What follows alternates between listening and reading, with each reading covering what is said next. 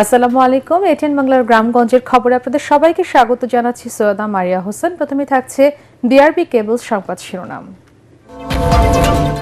দেশের 23তম রাষ্ট্রপতি হিসেবে শপথ নিতে যাচ্ছেন মির্জা ফখরুল। বঙ্গভবনে সন্ধ্যা 7:30টায় শপথ। মন্ত্রিসভায় যুক্ত হচ্ছেন নতুন 4 সদস্য। সাভার, আশুলিয়া ও ধামরাইয়ে তীব্র গ্যাস সংকট। থমকে আছে পোশাক শিল্প সহ কারখানার উৎপাদন। গাজীপুরে লোডশেডিংয়ে অতিষ্ঠ জনজীবন। এবং জয়পুরহাটে হিমাগারে আলু রেখে টানা লোকসান গুনছেন কৃষকরা। প্রতি বস্তায় লোকসান হচ্ছে 250 টাকা। শুনছিলেন বিআরবি কেবল সংবাদ শিরোনাম। এবারে বিস্তারিত। দেশের 23তম রাষ্ট্রপতি মির্জা ফখরুল ইসলাম আলমগীরের শপথ অনুষ্ঠান আজ সন্ধ্যা 7:30টায় বঙ্গভবনের দরবার হলে নির্বাচিত রাষ্ট্রপতির শপথ গ্রহণ অনুষ্ঠিত হবে। নবনির্বাচিত রাষ্ট্রপতিকে শপথ পড়াবেন ভারপ্রাপ্ত স্পিকার কায়সার কামাল। রাষ্ট্রপতির প্রেস সচিব সরওয়ার আলম জানান, শপথ অনুষ্ঠানের সকল প্রস্তুতি এরই মধ্যে সম্পন্ন হয়েছে। মন্ত্রিপরিষদ বিভাগের কর্মকর্তারা জানান, শপথ অনুষ্ঠানে 12 শতাধিক অতিথিকে আমন্ত্রণ জানানো হয়েছে। শপথ অনুষ্ঠান পরিচালনা করবেন মন্ত্রিপরিষদ সচিব নাসিমুল গনি। এর আগে বৃহস্পতিবার রাষ্ট্রপতি নির্বাচন অনুষ্ঠিত হয়। নির্বাচনে 255 ভোট পেয়ে নির্বাচিত হন বিএনপির প্রার্থী মির্জা ফখরুল ইসলাম আলমগীর।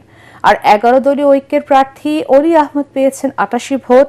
সিসিএএমএম নাসিরউদ্দিন মির্জা ফখরুল ইসলাম আলমগীরকে বিজয়ী ঘোষণা করেন।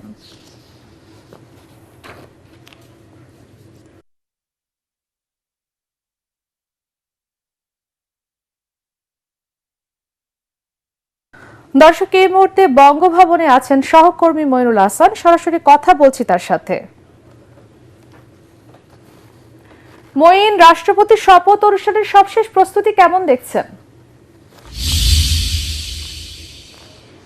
আপনি ইতিমধ্যে উল্লেখ করেছেন যে এই আজকের অনুষ্ঠানে 12 শতাধিক আমন্ত্রিত অতিথিকে আমন্ত্রণ জানানো হয়েছে।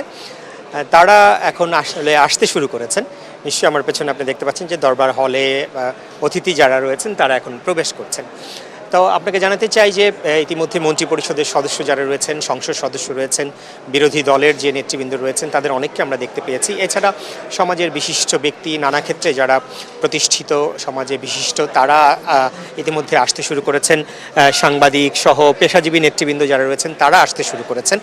এবং আপনাকে জানাতে চাই যে ঠিক 7:30টায় এই শপথ গ্রহণ অনুষ্ঠান শুরু হতে যাচ্ছে।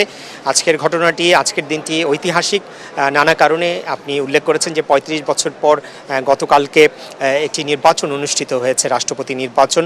সেই নির্বাচনে বিএনপি বিদায়ী মহাসচিব মির্জা ফখরুল ইসলাম আলমগীর, উত্তরের জেলার কৃতি সন্তান, তিনি বিপুল ভোটে অর্থাৎ 255 ভোট পেয়ে তিনি নির্বাচিত হয়েছেন।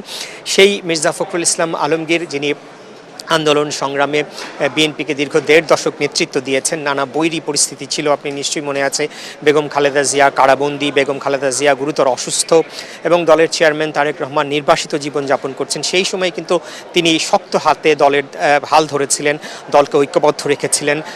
দলে কোনো ধরনের ভাঙনের যেই চেষ্টা ছিল সেগুলো তিনি প্রতিরোধ করে দলকে ঐক্যবদ্ধভাবে রেখেছিলেন। এবং ত্রয়োদশ জাতীয় সংসদ নির্বাচন, যেটি 12ই ফেব্রুয়ারি অনুষ্ঠিত হয়েছে, সেই নির্বাচনে দলের চেয়ারম্যান তারেক রহমানের নেতৃত্বে এবং মহাসচিব মির্জা ফখরুল ইসলাম আলমগীর সহ নীতি নির্ধারকদের নেতৃত্বে যে বিপুল বিজয়, সেই বিজয়ের পর আজকে সেই বিজয়ের যে মির্জা ফখরুলের দীর্ঘ রাজনৈতিক জীবনের যে অবদান, ত্যাগ, সেটিকে মূল্যায়ন করেই কিন্তু দলের পক্ষ থেকে তাকে রাষ্ট্রপতি পদে মনোনয়ন দেওয়া হয়েছে এবং তিনি বিপুল ভোটে গতকালকে নির্বাচিত হয়েছেন।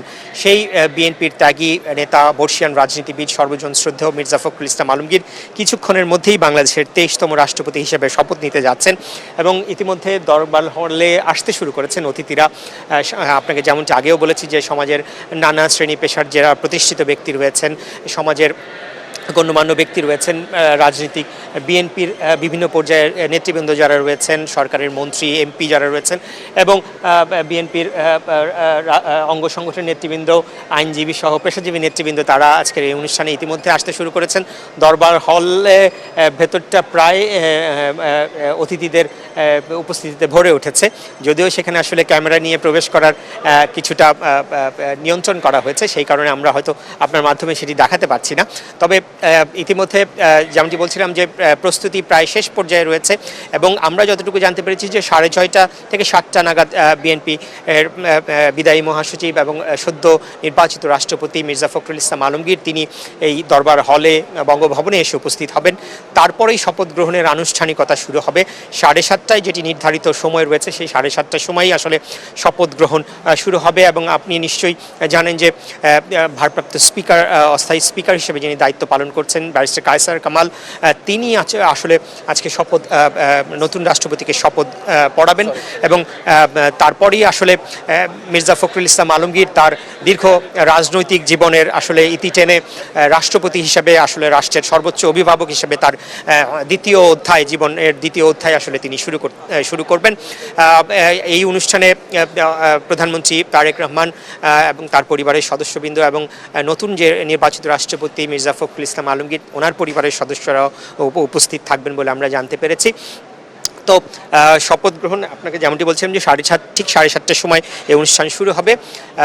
সেই অনুষ্ঠান শুরু হলে শপথ গ্রহণ এবং এখানকার সামগ্রিক পরিস্থিতি এবং শপথ গ্রহণ অনুষ্ঠানে যারা অংশ নিতে এসছেন তা ওনাদের প্রতিক্রিয়া পেলে এবং নতুন রাষ্ট্রপতি যিনি দায়িত্ব নিতে যাচ্ছেন মির্জা ফখরুল ইসলাম আলমগীর তিনি যদি কোনো প্রতিক্রিয়া শপথ গ্রহণের পরে আসলে আমাদের কাছে কোনো প্রতিক্রিয়া ব্যক্ত করেন, আশা করছি আপনার মাধ্যমে পরবর্তী সংবাদে আমরা আমাদের দর্শকদের জানাতে পারবো।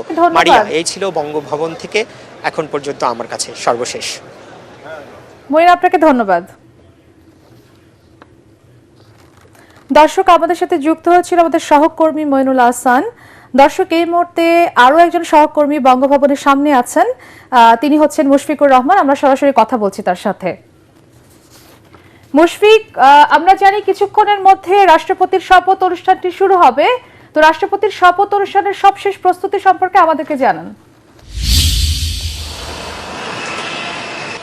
মারিয়া, আমি বঙ্গভবনের বাইরে দাঁড়িয়ে আছি। আপনি যেমনটি আমাদের সহকর্মী মইনুল আহসান আপনাদেরকে ভেতর থেকে জানাচ্ছিলেন আসলে দরবার হলের ভেতরে কি হচ্ছে বা বঙ্গভবনের ভেতরকার অবস্থা কি।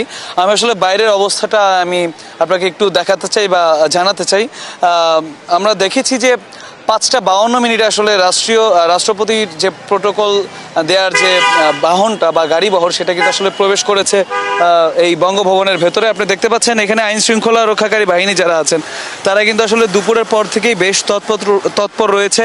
আমি যদি একটু বাম দিকে দেখাই, দেখতে পাচ্ছেন যে আইন শৃঙ্খলা রক্ষাকারী বাহিনী তারা লাইন করে সেখানে দাঁড়িয়ে আছেন, কারণ এখানে আমরা দেখতে পাচ্ছি যে যারা শপথ অনুষ্ঠানে আসবেন অতিথি যারা প্রায় 1200 অতিথি আসলে আজকে এই শপথ অনুষ্ঠানে আসার কথা রয়েছে আমরা জেনেছি।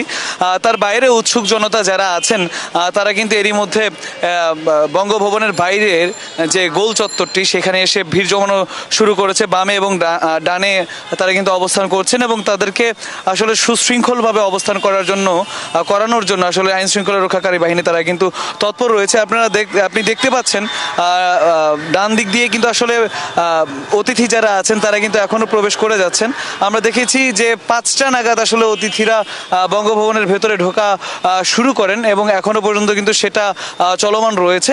এছাড়া যেটা বললাম যে পথচারী যারা আছেন, উৎসুক জনতা যারা আছেন তারা আসলে এখানে অপেক্ষা করছেন যে নবনির্বাচিত রাষ্ট্রপতি মির্জা ফখরুল ইসলাম আলমগীর তিনি আসলে কখন ঢুকবেন। যদিও সেটা দেখার বা কাছে যাওয়ার কোনো সুযোগ নেই আইনি নিরাপত্তার কারণে, তারপরে কিন্তু উৎসুক মানুষ এখানে এসে অবস্থান করছেন এবং তারা দেখতে চাচ্ছেন তাদের যে নবনির্বাচিত বাংলাদেশের রাষ্ট্রপতি তার শপথ অনুষ্ঠানের যে খবরাখবর তারা এখান থেকেই সেটা গ্রহণ করতে চাচ্ছেন।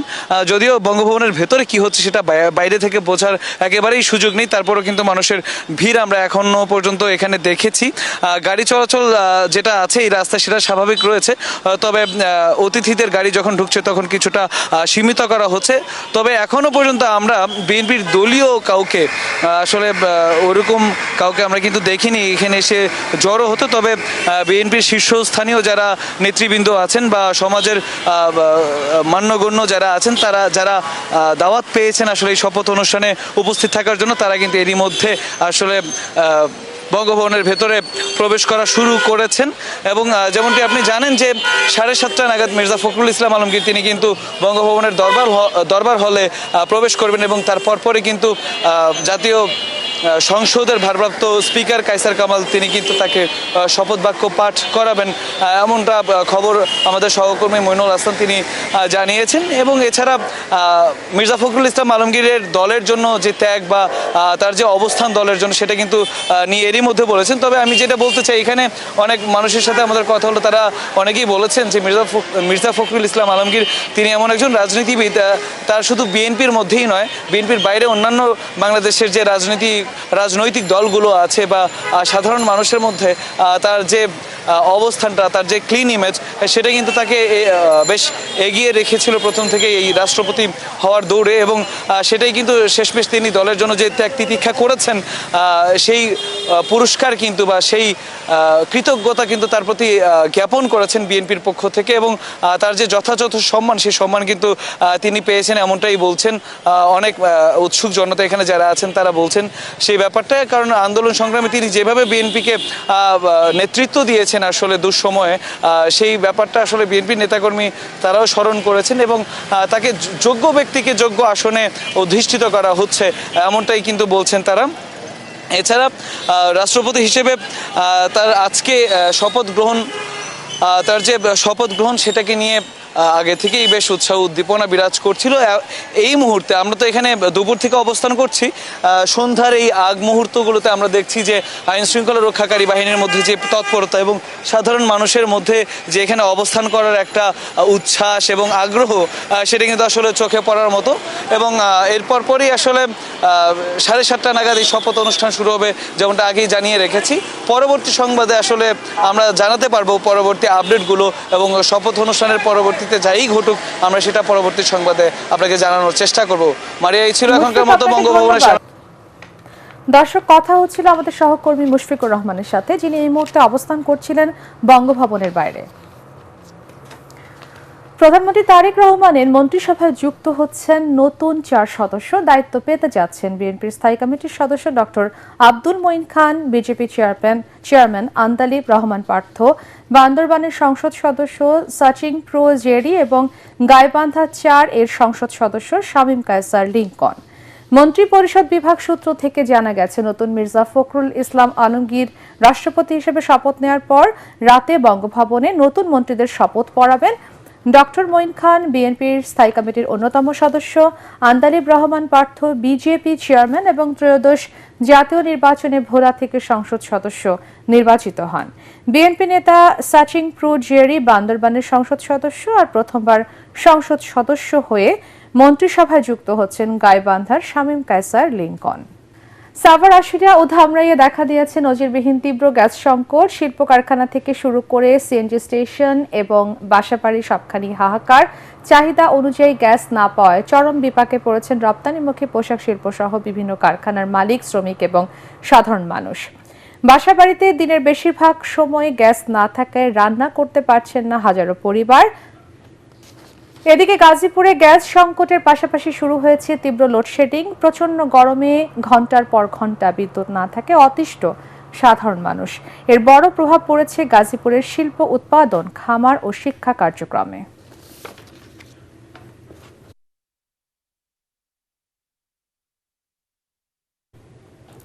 জয়পুরহাটে হিমাগারে আলু রেখে টানা লোকসান গুনছেন কৃষকরা। প্রতি বস্তায় লোকসান হচ্ছে 250 টাকা। এতে লাভের মুখ দেখা তো দূরের কথা, উৎপাদন খরচের হিমাগারের ভাড়াই তুলতে পারছেন না তারা। সার, বীজ ও শ্রমিকের মজুরি সহ 60 কেজি প্রতি বস্তা আলুতে খরচ পড়েছে 1100 টাকার বেশি। বর্তমানে হিমাগার গেটে প্রতি বস্তা বিক্রি হচ্ছে 800 থেকে 830 টাকায়। লোকসান ঠেকাতে আলু বিদেশে রপ্তানি এবং সরকারি সহযোগিতা চান তারা। জয়পুরহাটে এবার 9,43,000 মেট্রিক টন আলু উৎপাদিত হয়েছে। বর্তমানে জেলার 22টি হিমাগারে 2,13,300 মেট্রিক টন আলু মজুত রয়েছে।